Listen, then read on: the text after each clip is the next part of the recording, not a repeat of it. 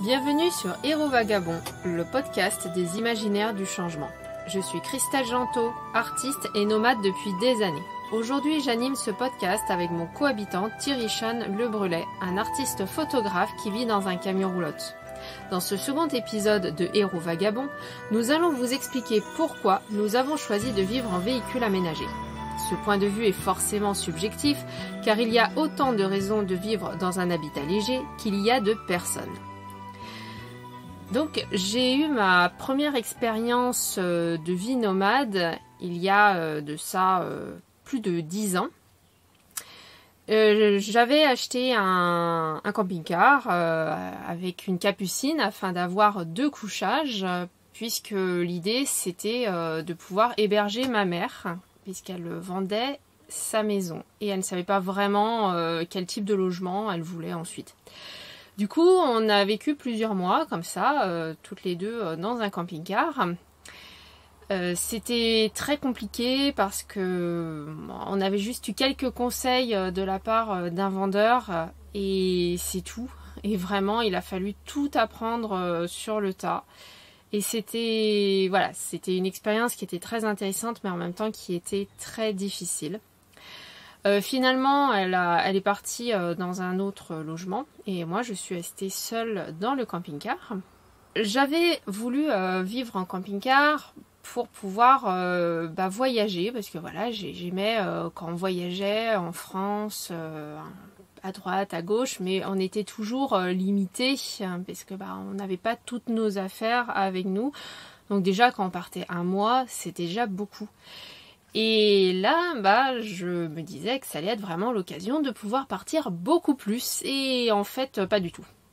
Non, vraiment pas du tout. Parce que déjà, elle, quand on vivait ensemble, elle travaillait dans une ville. Et du coup, en fait, c'était uniquement quand elle avait des vacances qu'on pouvait vraiment partir. Et pas le reste du temps où en fait on galérait pour réussir à trouver des stationnements dans et autour de cette ville. Et après, quand je me suis retrouvée seule dans mon camping-car, le truc c'est que j'avais ni en fait vraiment l'envie d'aller bouger à droite et à gauche, ni les moyens, surtout en fait pas les moyens financiers d'aller bouger à droite et à gauche, parce que rien que le carburant, ça coûtait déjà assez cher. Donc du coup, c'était une expérience qui était assez en demi-teinte. Qui était très marquée par la solitude, et j'ai décidé de retourner à une vie sédentaire, de louer une petite maison et de revendre le camping-car à ma mère pour qu'elle puisse en profiter pendant ses vacances.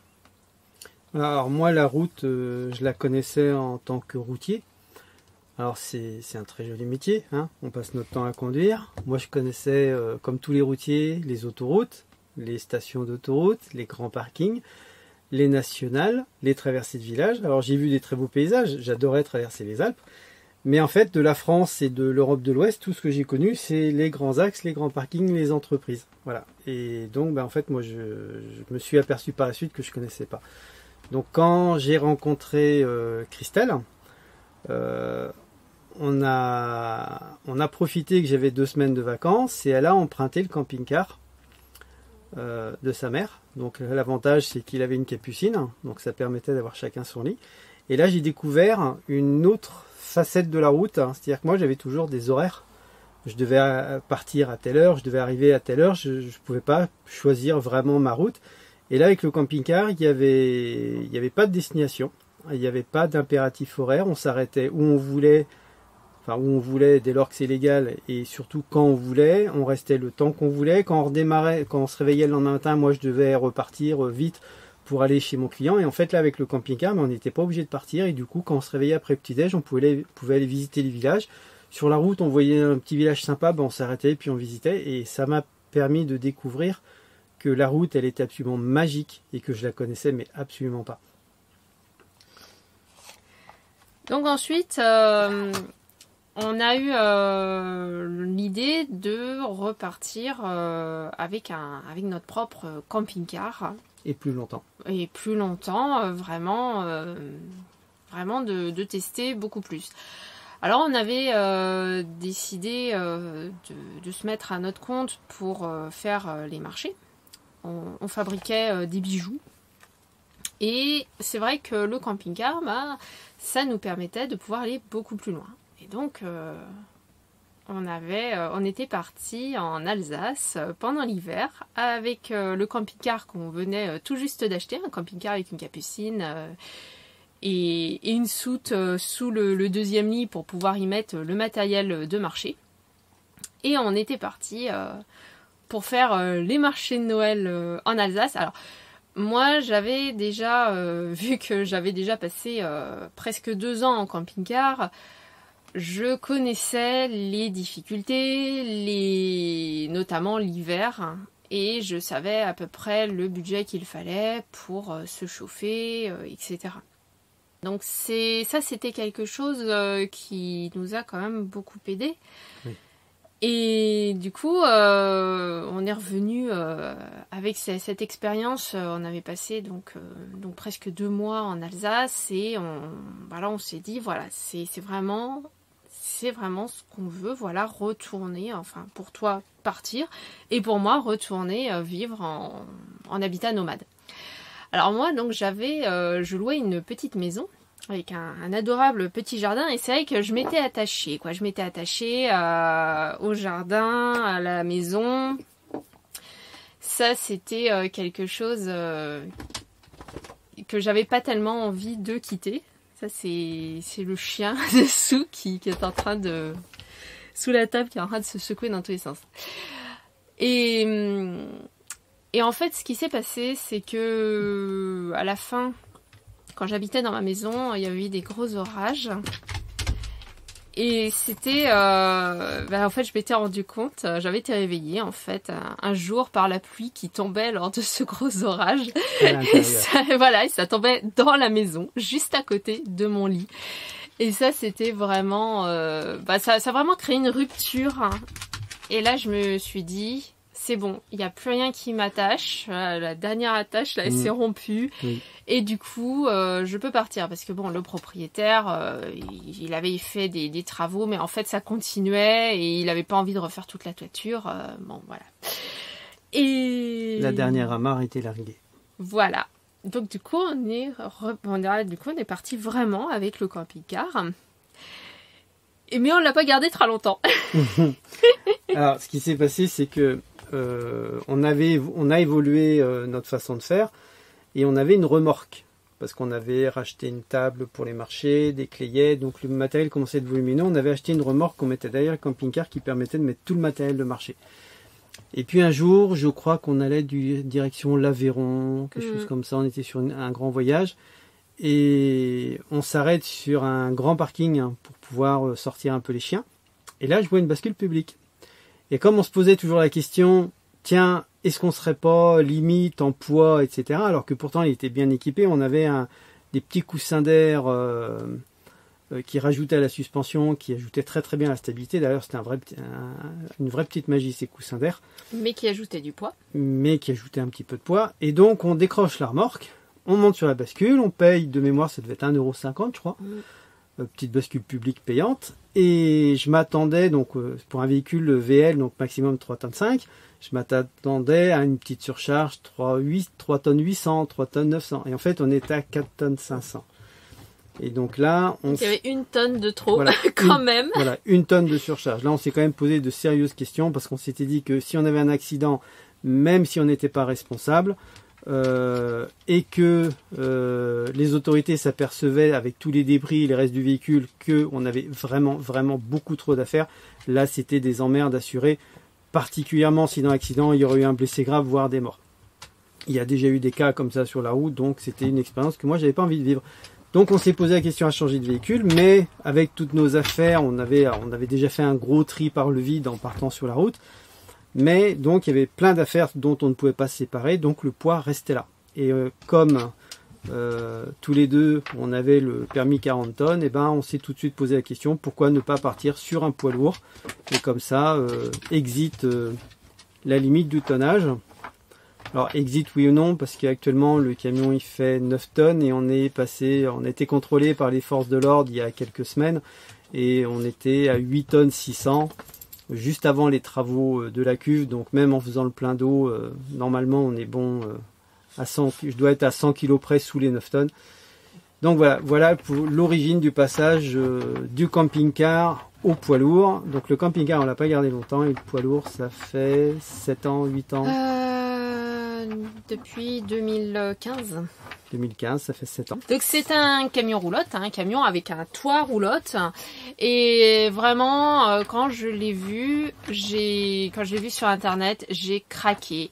Parce que vraiment, avec sa petite cabine devant et sa grosse partie cellule avec ce toit arrondi, ça... Un escargot. Bah moi, ça m'a fait penser à un scarabée. Scarabée. Moi, j'ai vu un escargot. En tout cas, il est adorable. Et c'est vrai que ça, c'est vraiment quelque chose qui l'a rendu tout de suite très attachant, beaucoup plus attachant qu'un camion, beaucoup plus ordinaire, hein, ça on va pas se mentir. Et puis en plus, il y a la porte qui s'ouvre à l'arrière avec le petit escalier, le lit principal qui est au fond en face. Voilà, ça fait vraiment comme une roulotte, oui. En fait. Mais c'est l'esprit. Hein. C'est vraiment cet esprit-là. C'est ce qui nous a fait craquer. C'est ça. Et par contre, c'est sûr que avoir beaucoup plus de capacité de charge, aussi un peu plus d'espace parce qu'il est un petit peu plus large. Et ça, il n'est pas tellement plus long hein, que le camping-car était. Par contre, il est plus large. Et ça y fait quand même. Et puis, il est plus haut à l'intérieur. Et là, on a quand même beaucoup plus de volume et de sensation d'espace. Et ça, c'est quand même très agréable.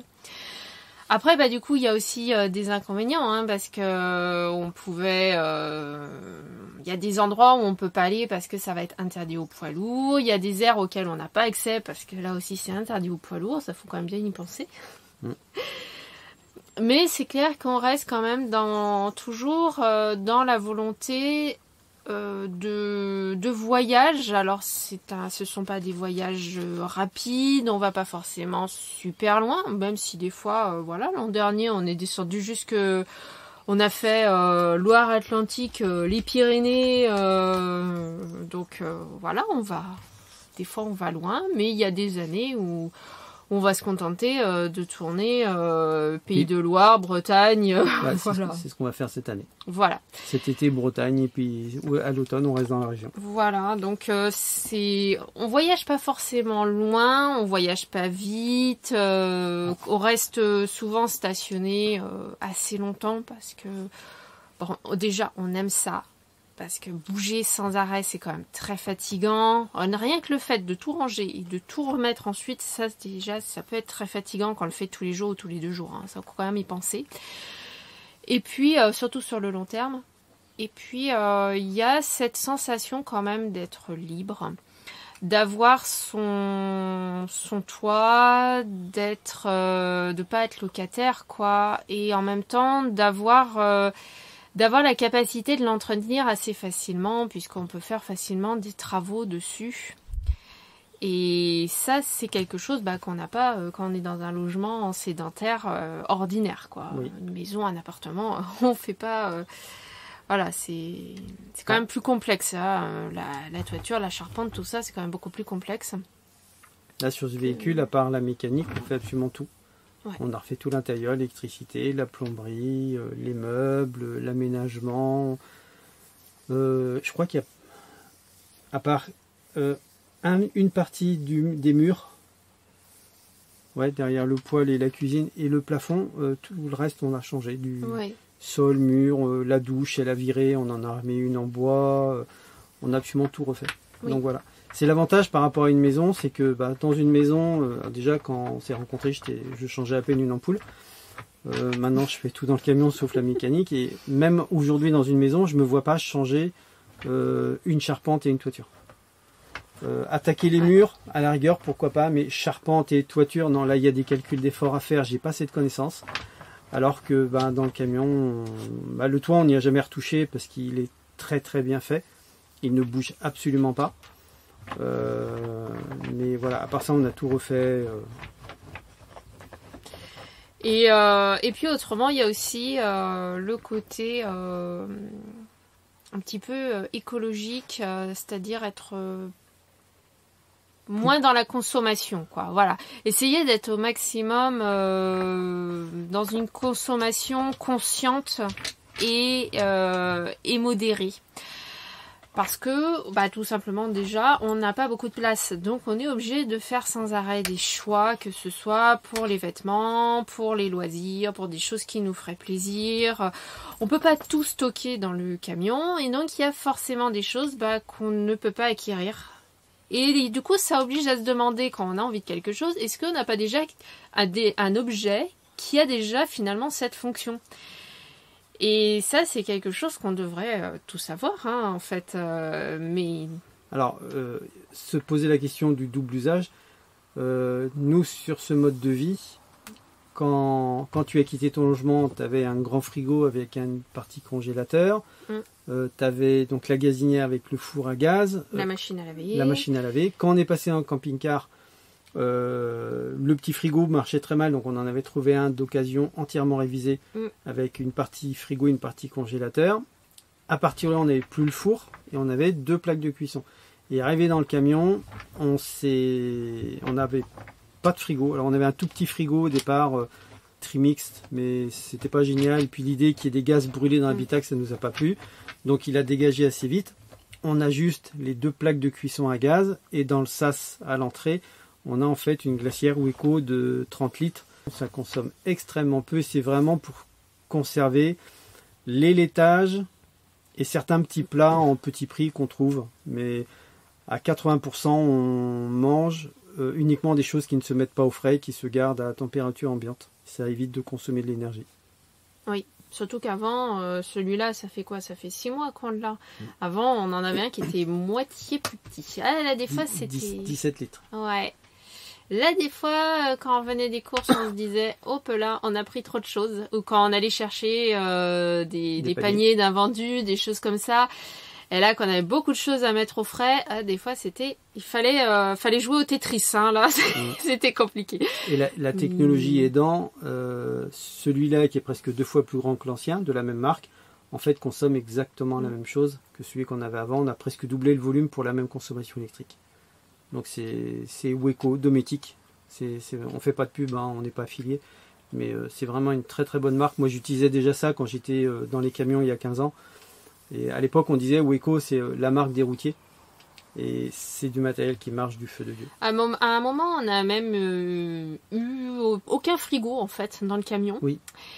Mais par contre, c'était quand même très très difficile pour garder des choses au frais. Du coup, l'été, on pouvait rien avoir au frais.